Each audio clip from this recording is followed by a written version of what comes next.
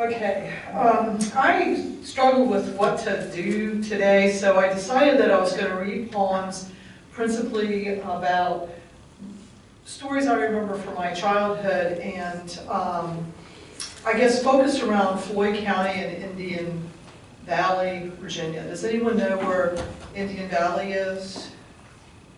Floyd County? Yeah, Floyd. Okay, so people know Floyd these days because Floyd has become kind of a mecca, right, for bluegrass, and I think they have a Floyd Fest there now, and they have Red Rooster Coffee, but this was a different Floyd when I was a little girl. So I'm going to read a couple of poems set in Floyd or just in my, they're from my memory about growing up as a little girl. In Floyd, or not in Floyd, I'm from Blacksburg, but going back up into Floyd, so I was just inspired to write these. So they're a little older, actually, older poems. It's interesting that there's a kind of a fusion of opposite extremities, whatever, because some of my family hails from moonshining, and some of my family hails from sort of primitive Baptist background and Church of Christ background.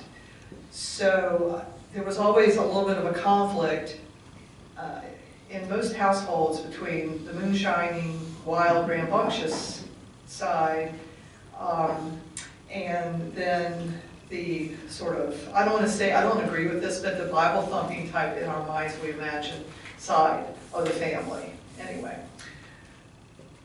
The first one is Echoes from the Home Side. Everything was fine when banjo strings plucked the corn husk air and possum ghosts pattered the dust with quick feet. For years the family slept beneath rag quilts, patterned sunbursts. Their warmth evaded the chill of time.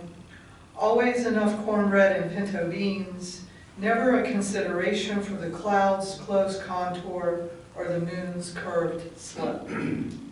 So when I went to graduate school at Hollins University, I still brought my canned beans with me. I canned my own beans. And it's funny, because when I was in the graduate program, there was a fellow who was there with me, and he would tease me about, he's like, what is that disgusting thing on your counter? I'm like, it's a home canned jar of October beans. He's like, ah.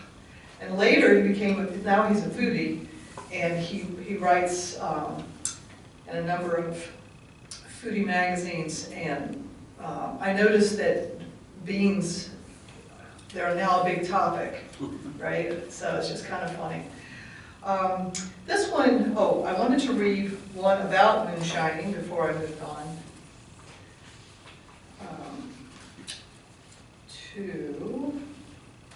I wanted to read two poems about, one about a great aunt and one about a great uncle, both who grew up, who lived in Floyd County.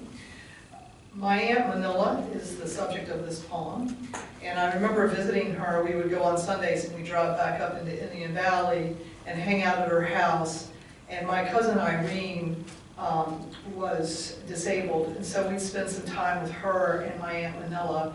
And my cousin Irene, who had epilepsy and was heavily medicated on phenobarbital, would hammer my dad oftentimes about his faith. It was kind of funny.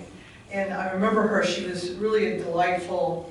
She had a collection of dolls, and she spent all day long making really intricate dresses for her dolls. And their upbringing was super rough because my Uncle Curtis was an alcoholic, and he was pretty addicted to moonshine. So this is about that. One man's dissolution. One man's dissolution tears down the house, and the children are running with their mother for the woods across the creek, where the fiddleheads, unwinding spirals, arch their necks and scream fractals of fright. Aunt Manila took the children to the woods each time he drank moonshine, clenched his fists, beat his way through Aunt Manila, whipped his way into the children, kicked a hole through the door. He even ripped away the walls to disclose beetles he heard clicking behind the pine panels and extrapolated his troubles underneath the fascia of the farmhouse frame. He tore through the house and what had haunted it until he lay spent on the floor with the children sleeping safe with their mother, blanketed in a moment's secure moss.